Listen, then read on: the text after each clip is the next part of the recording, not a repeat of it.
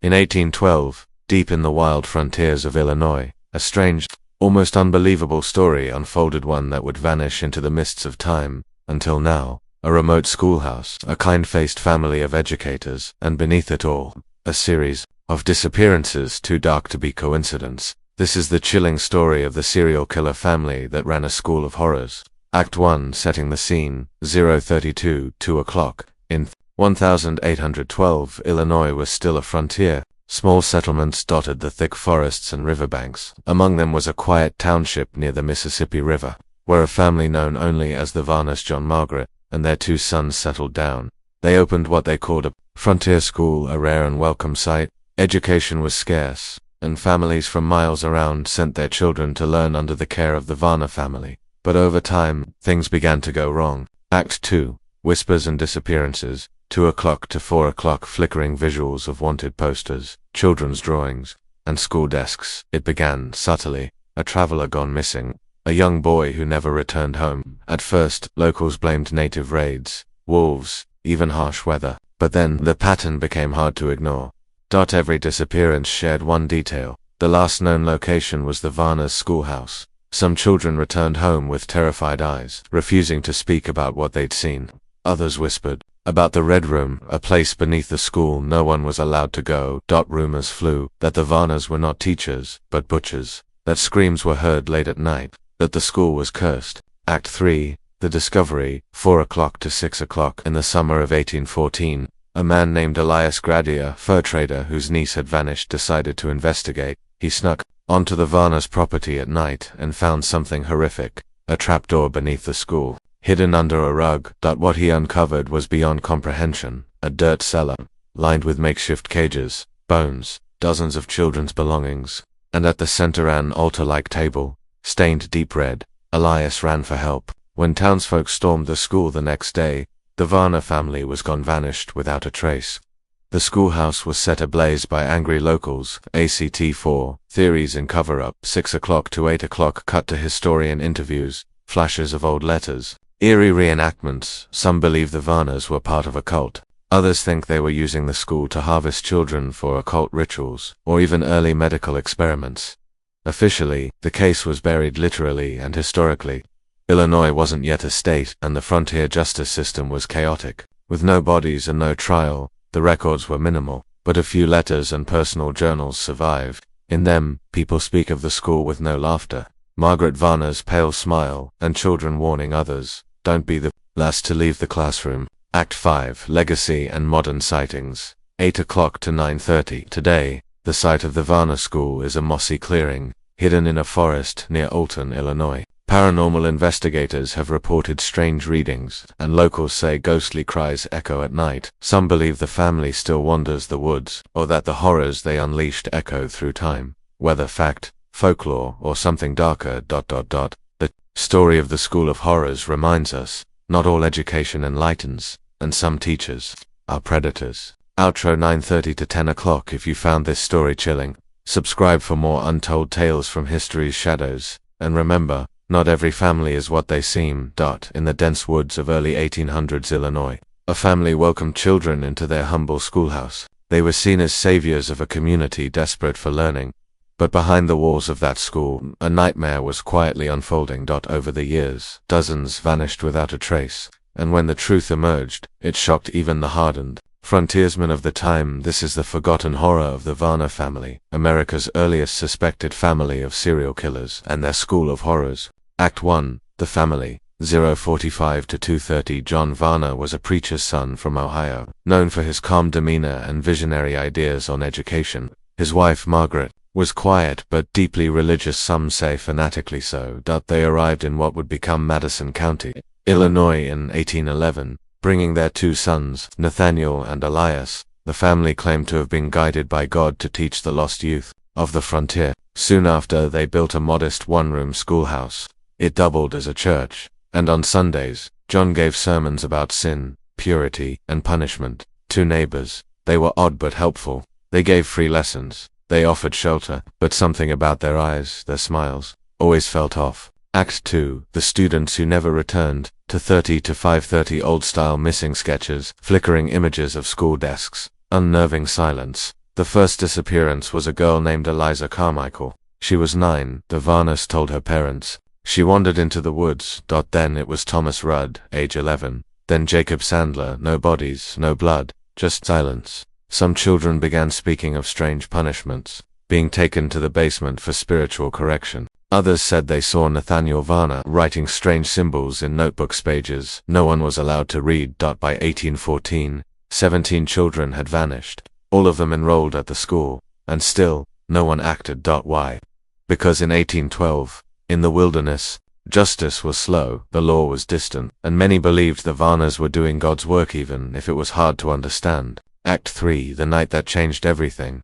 5:30 to 8:30, Elias Grady, the uncle of a missing boy, had heard enough. One moonless night, he broke into the school. He followed a strange scent, iron rot, damp straw. He found a trapdoor under the lectern. Below was a horror beyond comprehension. The walls were lined with hooks, bones and hair matted into the dirt. On one wall, a list of names, 23 in total, scratched out, one by one. Elias ran. Screaming, he alerted the town. But when they returned at dawn, the school was empty. The Varnas had vanished. They left no horses, no wagon tracks, no sign of struggle. Just one thing remained, a final message. Scratched into the floorboards of the cellar: in light we begin. In blood we cleanse. Act 4, Community Reaction and Cover-Up. 8:30 to 11 o'clock. The townsfolk burned the school to the ground. Survivors refused to speak of what they saw.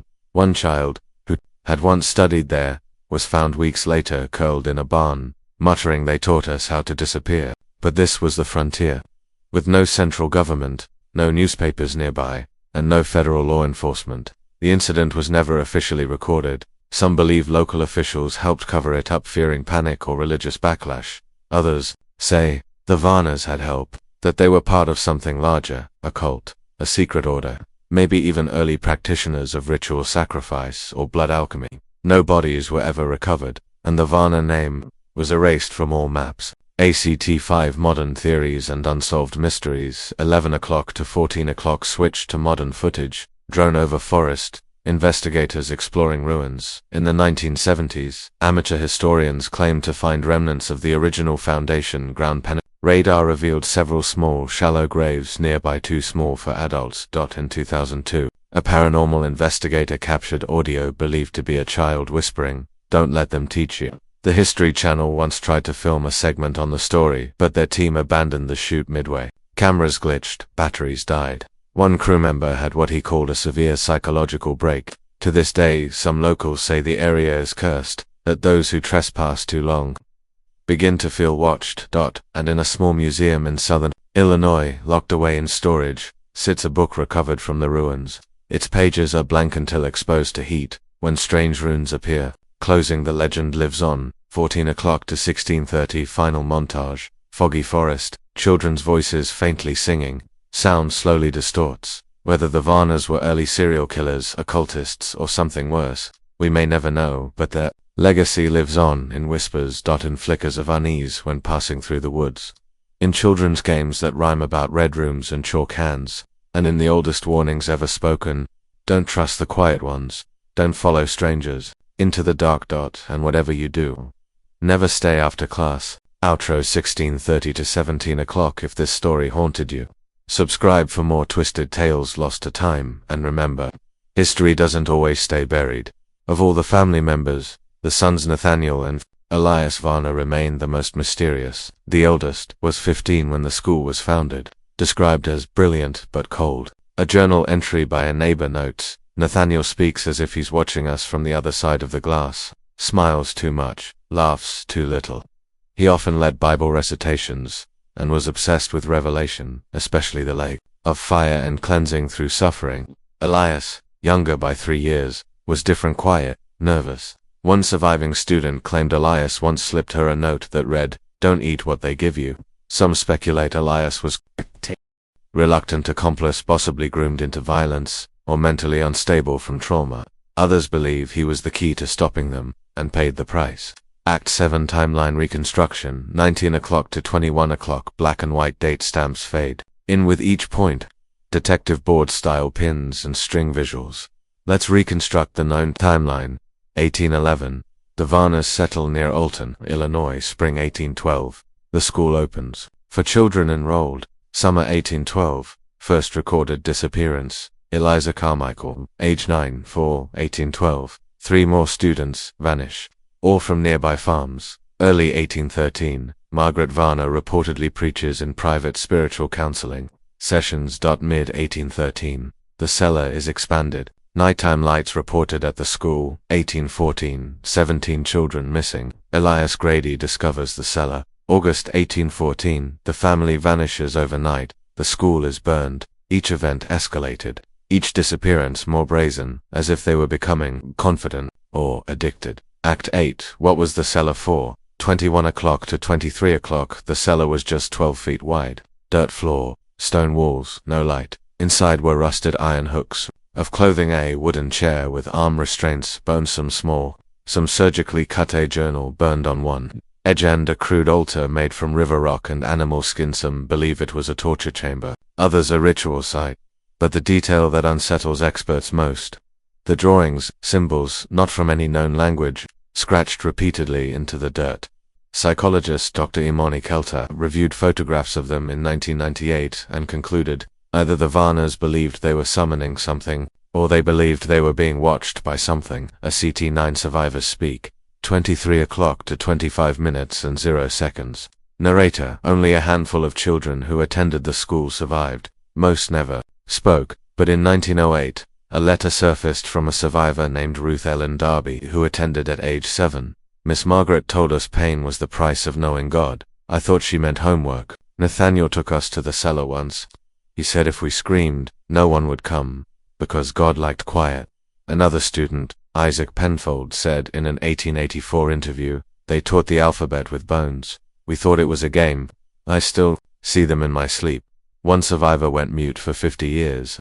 When she finally spoke, she said just 4 words: they're still down there. Act 10. Modern theories. 25 minutes and 0 seconds to 28 minutes and 0 seconds. So what were the Varnas really? Here are the leading theories. Frontier psychopaths. They used religion as a cover for serial killings, similar to later cases like the Bloody Benders, Kansas, 1870s. They escalated in methodical, ritualistic ways. Occult practitioners, the symbols, the ritual table, the vanishings, parallels drawn to ancient purification rites and early folk witchcraft. Government cover-up. Some believe the family was part of early psychological experimentation linked to Masonic lodges or frontier sects performing unethical tests. Supernatural involvement. No signs of escape. Vanished overnight. Sightings of the family still alive reported as late as the 1940s. Act 11. The legacy. 28 minutes and 0 seconds to 29 minutes and 30 seconds. Modern drone shots.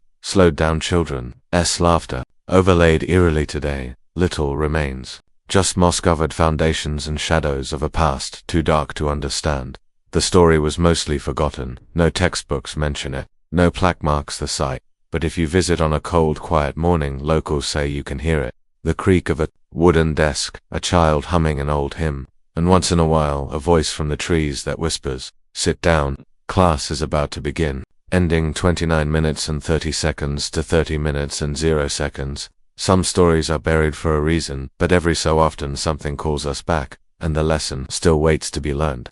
This was the Varna School of Horrors. To understand the horror of the Varna family, we must understand the world they lived in. In 1812, Illinois was a lawless land. The War of 1812 had just begun. The government was distant.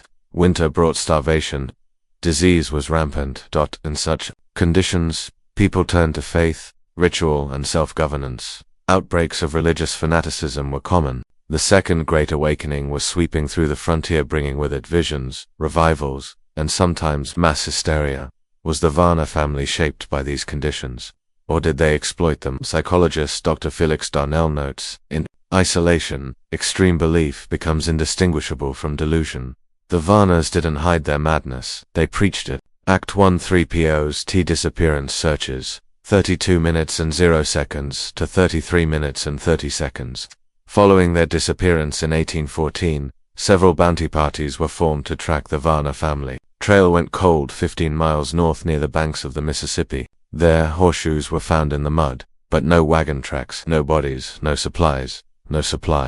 In 1822, a man in Arkansas claimed to have seen Margaret Varner living under a false name preaching to children in a remote religious camp. When authorities arrived, the town was deserted. In 1831, a cabin burned down in Missouri. Inside were journals signed NV. Pages included sketches of children and a chilling phrase, "Still they come to be taught."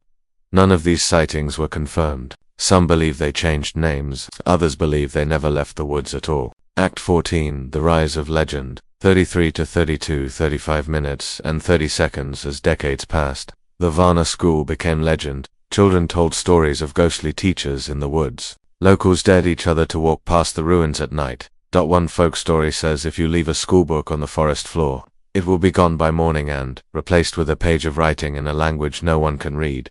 In 2017, a group of teenagers posted a video exploring the suspected ruins. The footage ends abruptly when they hear a woman's voice say, "You're late." Their last frame, a silhouette in a window, of a building that hasn't stood for over 200 years. Final act, cinematic closure, 35 to 30 to 37 minutes and 0 seconds cinematic. Music builds slowly.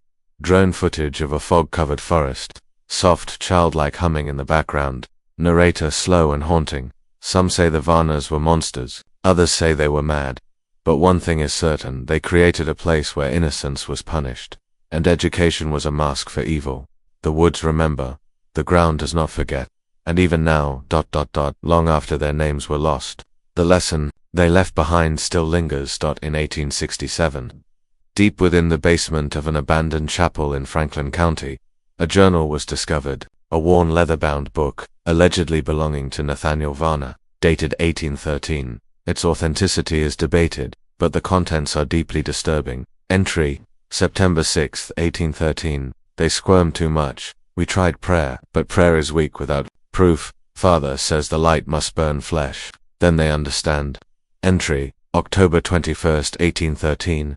Margaret says the little ones are closer to heaven, so their screams are purest. I don't like the way she watches them. Entry, November 10, 1813. I saw him again in the corner. The thing in the wall. It wears the skin of the lamb. It told me who's next. If real, these entries suggest not only abuse and murder, but possible hallucinations, shared psychosis, or something even darker. Act 16, Psychiatric and Occult Theory, P&L runtime, 40 minutes and 0 seconds to 42 minutes and 30 seconds, cut to faux documentary interviews. Aged film grain.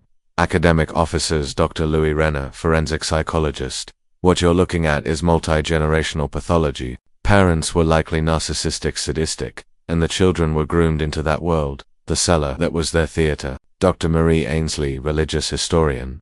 Their rituals echo early Appalachian mysticism, blends of Christianity, blood rites, and pre-colonial paganism. Dr. Isaiah Grant, occult scholar. The symbols ... match an extinct dialect of Enochian to be the language of angels spoken by John Dee in the 1500s, but Enochian was never known in America in the 1800s, unless someone, or something, taught them. Act 17, Mock interviews. Witnesses from the EDG and time, 42 minutes and 30 seconds to 44 minutes and 0 seconds documentary style. Low lighting. Recreated interviews with modern actors, survivors. Great-granddaughter 2023. My grandmother never said the word school, not once. She'd flinch when she saw chalk. Local tracker 1994. The land where that school stood. No animals live there. No birds, not even ants. It's like ... dead ground. Forest Ranger 1981. I found what looked like desks, half buried in the dirt. When I came back the next day they were gone. Act 18, The School Bell Still Rings, paranormal close runtime, 44 minutes and 0 seconds to 46 minutes and 0 seconds haunting visual montage, static distortion, black and white overlays, reversed whispers. Some believe the Varner School still exists, just not in our timeline. That, on certain nights, during certain moon phases, the school returns. Ghost hunters report EMF spikes. Psychics report children's laughter from beneath the ground. One YouTuber posted footage of a school bell echoing through the trees. There's no bell tower left in forums. A user named in 1867, deep within the basement of an abandoned chapel in Franklin County, a journal was discovered. A worn leather-bound book, allegedly belonging to Nathaniel Varner, dated 1813. Its authenticity is debated, but the contents are deeply disturbing. Entry, September 6, 1813. They squirm too much. We tried prayer, but prayer is weak without proof. Father says, the light must burn flesh. But then they understand. Entry, October 21st, 1813. Margaret says the little ones are closer to heaven, so their screams are purest. I don't like the way she watches them. Entry, November 10th, 1813. I saw him, again in the corner, the thing in the wall. It wears the skin of the lamb. It told me who's next. If real, these entries suggest not only abuse and murder but possible hallucinations, shared psychosis, or something even darker. Act 16. Psychiatric and Occult Theory PANL runtime, 40 minutes and 0 seconds to 42 minutes and 30 seconds cut to faux documentary interviews. Aged film grain. Academic offices. Dr. Louis Renner, forensic psychologist. What you're looking at is pathology. The parents were likely narcissistic, sadistic, and the children were groomed into that world. The cellar, that was their theater. Dr. Marie Ainsley, religious historian. Their rituals echo early Appalachian mysticism. Blends of Christianity, blood rites, and pre-colonial paganism. Dr. Isaiah Grant, occult scholar. The symbols ... match an extinct dialect of Enochian belief to be the language of angels spoken by John Dee in the 1500s, but Enochian was never known in America in the 1800s, unless someone, or something, taught them. Act 1-7 mock interviews. Witnesses from the EDG runtime, 42 minutes and 30 seconds to 44 minutes and 0 seconds documentary style. Low lighting, recreated interviews with modern actors. Survivor's great-granddaughter 2023. My grandmother never said the word school, not once. She'd flinch when she saw chalk. Local tracker 1994. Theland, where that school stood. No animals lived there, no birds, not even ants. It's like ... dead ground. Forest Ranger 1981. I found what looked like desks, child-sized, half buried in the dirt. When I came back the next day they were gone. Act 1-8. The school bell still rings. Paranormal close runtime, 44 minutes and 0 seconds to 46 minutes and 0 seconds. Haunting visual montage, static distortion, black and white overlays, reversed whispers. Some believe the Varna school still exists, just not in our timeline. That, on certain nights, during certain moon phases, the school returns. Ghost hunters report EMF spikes. Psychics report children's laughter from beneath the ground. One YouTuber posted footage of a school bell echoing through the trees. There's no bell tower left. In forums, a user named